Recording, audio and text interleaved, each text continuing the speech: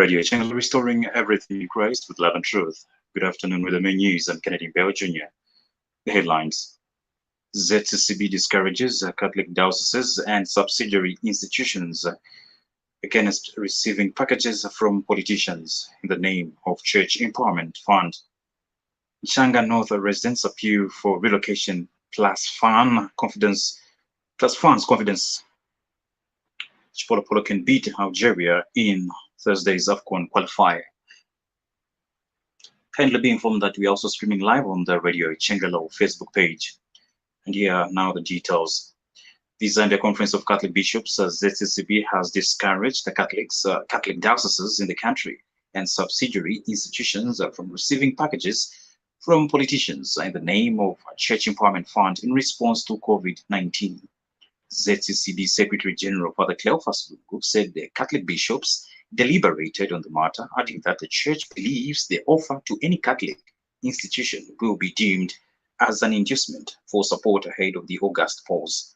In his opening remarks of the virtual election training for heads of Catholic media institutions, Father Lungu added that Catholic Church and line institutions are expected to abide by Bishop's directive. And Father Lungu has urged Catholic media institutions to embrace what he termed as a breath of fresh air in the wake of a polarized media landscape as the country heads to the pause in August. Tango the cards in front of us in terms of inducement. There'll be bricks. I hope you know what bricks are. They'll be thrown in front of us. The Catholic bishops recently deliberated on the so-called Church Empowerment Fund in the name of response to COVID-19. The Catholic bishops examined their conscience. They said in a country where a lot of people are suffering, retirees have not been paid for years and years, in a country that is struggling to be current with regard to the payment of our national debt, and especially in the context of an election year where any donation to our institutions is going to be deemed to be an inducement for support, we decline the offer. That's Father Cleophas Lungu.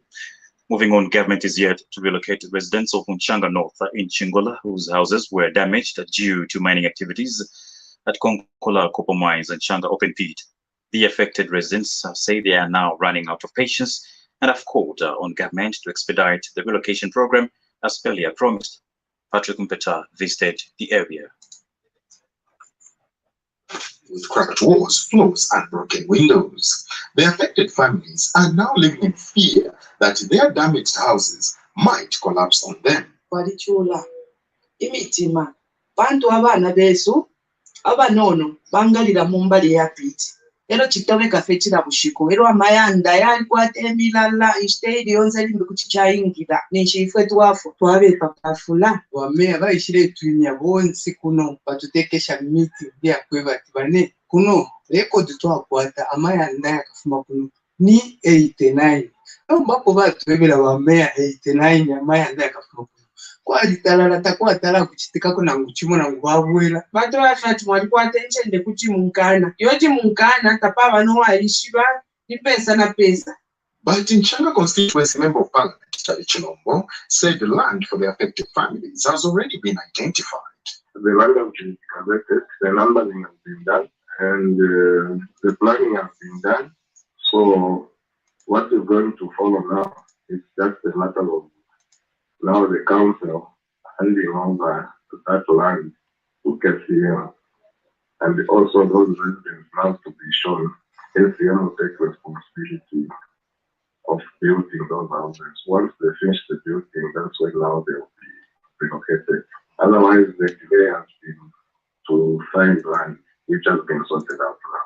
For now, the affected families shall continue to use wires and old clothes, among others, to reinforce their damaged houses. Reporting for Radio Chengelo News, I'm Patrick Mpeta in Chingola. Thank you very much, Patrick, for that report. Moving on, more farmers are being encouraged to venture into yam growing as a way of implementing crop diversification. Chanda Mushipi of Chabutete Yam and Tubers Cooperative in Mpongwe said yam business has become lucrative in Zambia. Speaking to Radio Chengalo in Mpongwe, Mr. Mushipi said yam growing is cheap as it does not require conventional fertilizer. N'abalungi bene tabateya isumbulimo kuti wateako ifite findi pakutila chimokuti chakusa chimbi chaikata kanshi tulechinchisha bonse ukwe bati ubulimi nabwisa bechelwa bangweko pakutila twendele pamo mukupakamisha ubulimi uba buletutwala kubunonshi ukupwisha ensala kali nokuchefyako uchushi pakati kamanda yesu. Now, Chifubu Member of Parliament Frank Ngambi has not applied for adoption to recontest his seat on the Patriotic Front ticket. PF Ndola District Chairperson Benjamin Chitondo, who confirmed the development to Radio Chingling News in Ndola, named 4 other applicants for the Chifubu seat as Dorothy Nachilongo, Kondwani Winga, Kuzwayo Shonga, and Kinfred Chisanga. Mr. Chitondo said the incumbent lawmaker has not stated reasons as to why he has not applied for the position. The wards are interviewing would be councillors, the constituencies are interviewing would be MPs, and as a district we are interviewing people aspiring from Leon. We just appeal to people who have applied to be patient with us because we want to give them the best process they can ever enjoy. Copperbelt local government officer McLeod Nyirenda has called for enhanced partnership between councils and citizens. Speaking to Radio Chengale News in Ndola, Mr. Nyirenda said councils can improve service delivery when supported by citizens. He said citizens have a duty to support councils by paying levies, rates, and preventing vandalism of public infrastructure. My brothers and sisters out there, that much as we demand certain services from the councils, let us also fulfill our obligations. In short, the councils and citizens, it's a partnership. That's the way it's supposed to be. It's a partnership. We need to work together. Yeah. So Pope Francis has encouraged the students at Rome's Pontifical Filipino College to welcome the opportunities that the Lord gives them to follow, even though they are away from home. Speaking in the Vatican's Clementine Hall, the Pope congratulated the college, which hosts diocesan priests from the Philippines studying at pontifical universities in Rome on its 60th anniversary. In a reflection on the nature of time released by the Vatican in Italian and Spanish, the Pope urged the students to embrace the opportunities that the Lord offers them. According to the Catholic News Agency website, Pope Francis also urged representatives of the Pontifical Filipino College to treasure the past without becoming trapped by it. Moving on to sports, the Zambia Sportsmen's Association ZASOF patron Peter Makembo has expressed confidence that Chipolo Polo can beat Algeria in Thursday's AFCON qualifier match in Lusaka. Makembo said he believes in the players' coach Mitchell to deliver victory against the Desert Foxes. Speaking by phone from Lusaka, Makembo described Zambia's game against Algeria as crucial. Game against Algeria, it's a very crucial one. Crucial in the sense that Zambia has to be seen winning with a very good match. We want to win by more than 5 goals. If we aim that score 5 goals at their own ground, what will stop Zambia to score 10 goals? That is our belief as fans. So I urge the players to up their game. We believe in them. Those are the ones whom we have selected, and out of them, we expect them to excel maximally to our level to qualify to AFCON. Because after Algeria, we'll be moving into Zimbabwe. This news broadcast comes to you in the community service of Radio Chengalo with compliments of Moose Milling and Go TV Broadcasting Zambia Limited. International news as monitored from the BBC.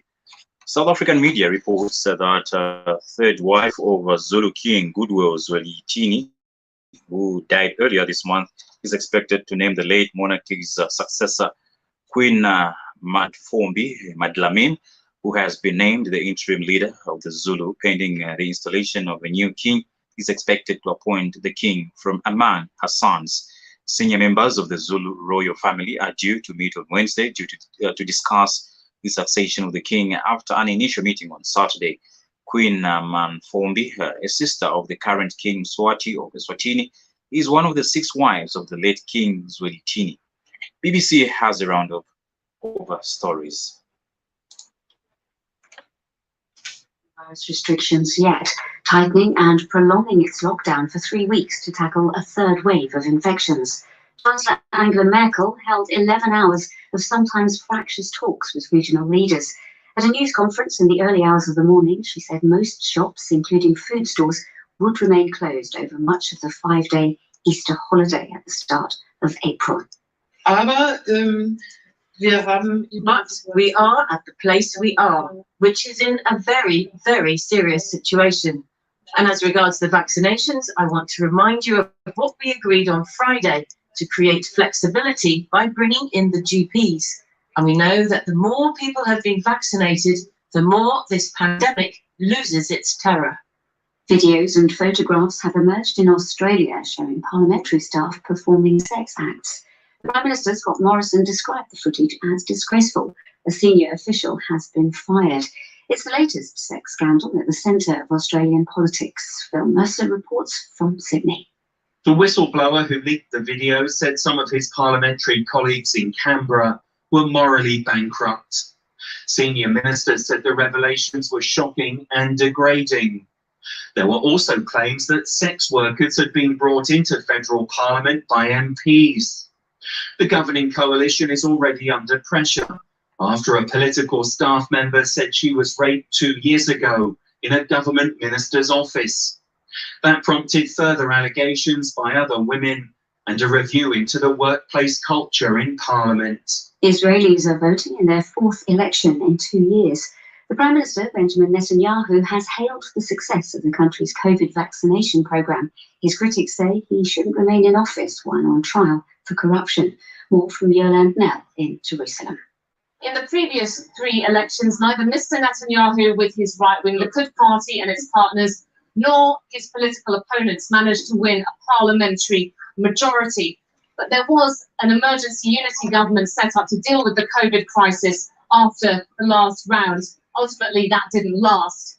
With the country so deeply split, Israelis are expecting lots of wrangling after these election results to try to set up a new governing coalition. But still, there is a possibility that the country could yet go to a 5th election.